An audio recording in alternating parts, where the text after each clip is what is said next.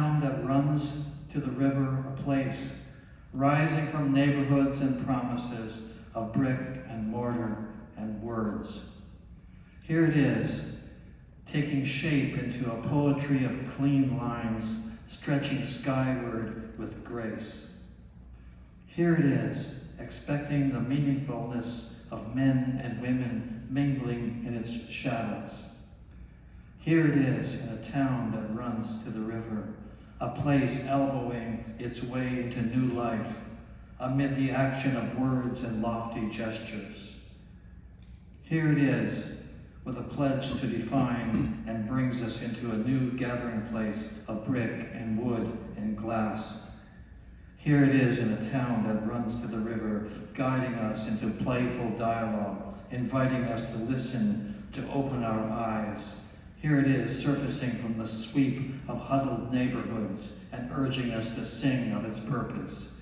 Here it is, a gathering spot that's ours in a town that runs to the river.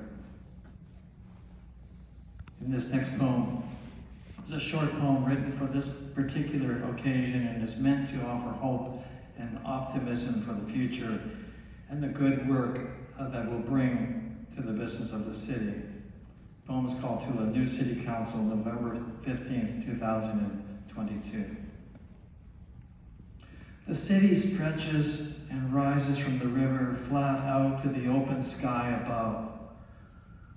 Ordinary streets and treetops shimmer in the morning sunlight.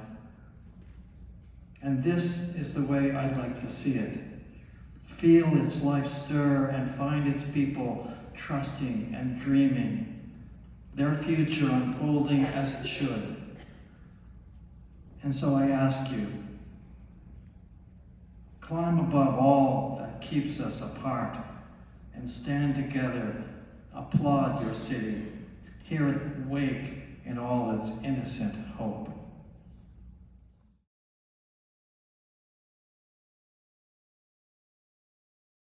City through difficult times. From mandates to masks, policies to program changes, freedom convoys, your tunnel business underwater and your airport business up in the air, trying to run a transit system when the local medical officer of health advised against using it. Police, fire, EMS, all at risk, and almost all of your employees working from home. You did it, and you did it well, and I certainly want to commend the returning councillors for a job well done. Together, we put people over politics when it mattered the most, and I am certainly not surprised that the residents of Windsor returned all of you for another term. Now, we got through all of this with a lot of help, and I want to take a moment to acknowledge the city administrative leadership, and many of them are here tonight, and every single staff member for working through this complex time together. The leadership team that did what needed to be done was superb, and ladies and gentlemen, I hope you'd help me join me in acknowledging all of them tonight as well, because they're in the audience and they did one heck of a job over the last 2.5 years.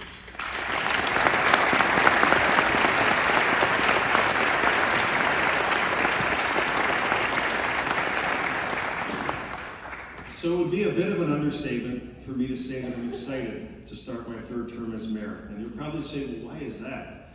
Drew, during your first term, you had to deal with a tornado and back-to-back flooding, including the worst flood in your city's recorded history. Most of your second term was spent dealing with a global pandemic. Aren't you a little concerned what might come next? I remember Joanne Geniak and I, city councilors. We lived through a major labor disruption. We lived through the Great Recession and the fear and the concern caused by almost 16% unemployment and the prospect of our largest employer going bankrupt. As a community, we collectively felt this trepidation and this concern. 4 years ago, I stood at this very podium and I delivered my inaugural address to you.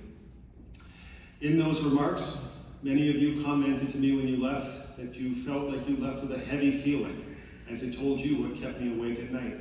It was the prospect of our largest employer leaving our city. And then, almost in real time, the third shift was gone, a pandemic had a major impact on our ability to work side by side, which limited production. Then when production resumed, a chip shortage caused more trouble and disruption. But instead of being concerned about what might come next and all of the things beyond our control, I can assure you tonight I am bullishly optimistic about Windsor's future. You see, we didn't just sit back and let destiny be our guide. We actively work to create the plan, to fund the plan, and to implement the recommendations.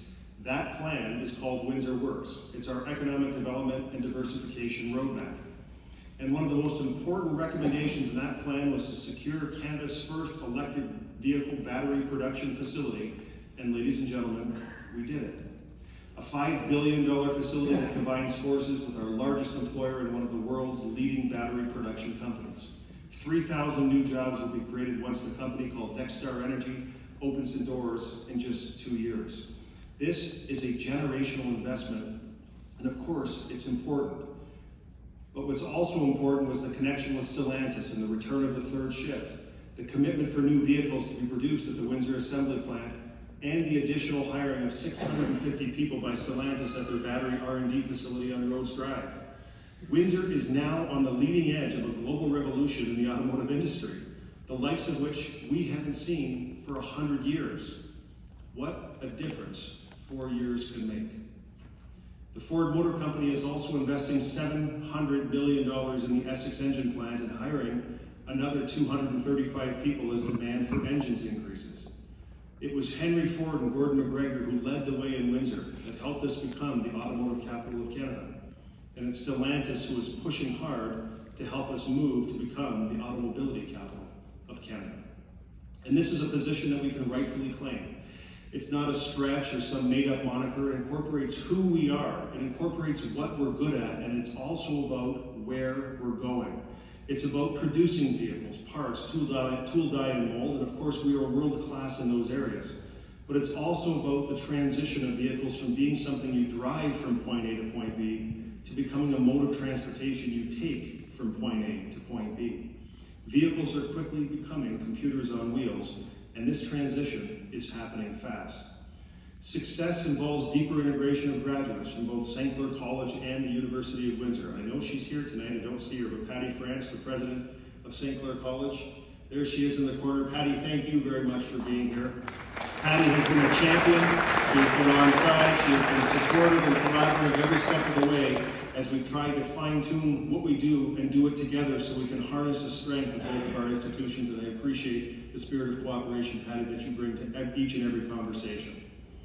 This transition also involves skill sets that didn't exist before, but are now in short supply. It involves computer programming, engineering, robotics, control systems, electronics and electrical support, and so much more. It involves hydrogen research and capacity building.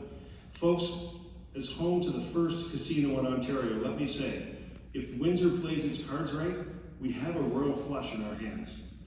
And so the question tonight is, how do we work to write our next chapter together? How do we integrate all of the key players in our region and a few from outside to help us position our city for decades of growth? How do we ensure that this period of astounding investment and transformation most benefits our Windsor? How do we ensure that construction of the Gordie Howe Bridge, one of Canada's largest infrastructure projects, benefits our region beyond the construction period? It's quite incredible to see those towers rise on both sides of the river. This too is a once-in-a-lifetime project. Many people have commented to me over the years and said, boy, aren't you so lucky, Drew? And Windsor's so lucky to have this new international crossing being built in our city. And guess what? I agree with them. We are lucky.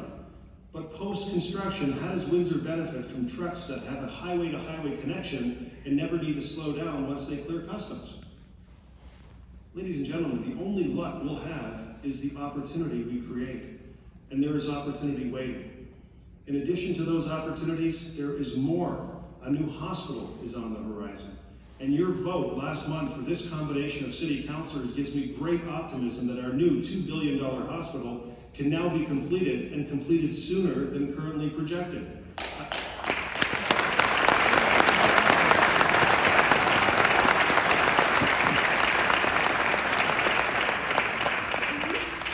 I fully expect shovels to be in the ground before the end of this city council term. So think about this. The hospital, the bridge, a battery factory, they are a magnificent trifecta for Windsor. At least $15 billion worth of investment. But they only tell part of the story. Over the past few years, we've seen a local building boom, the likes of which we have never experienced since the end of World War II.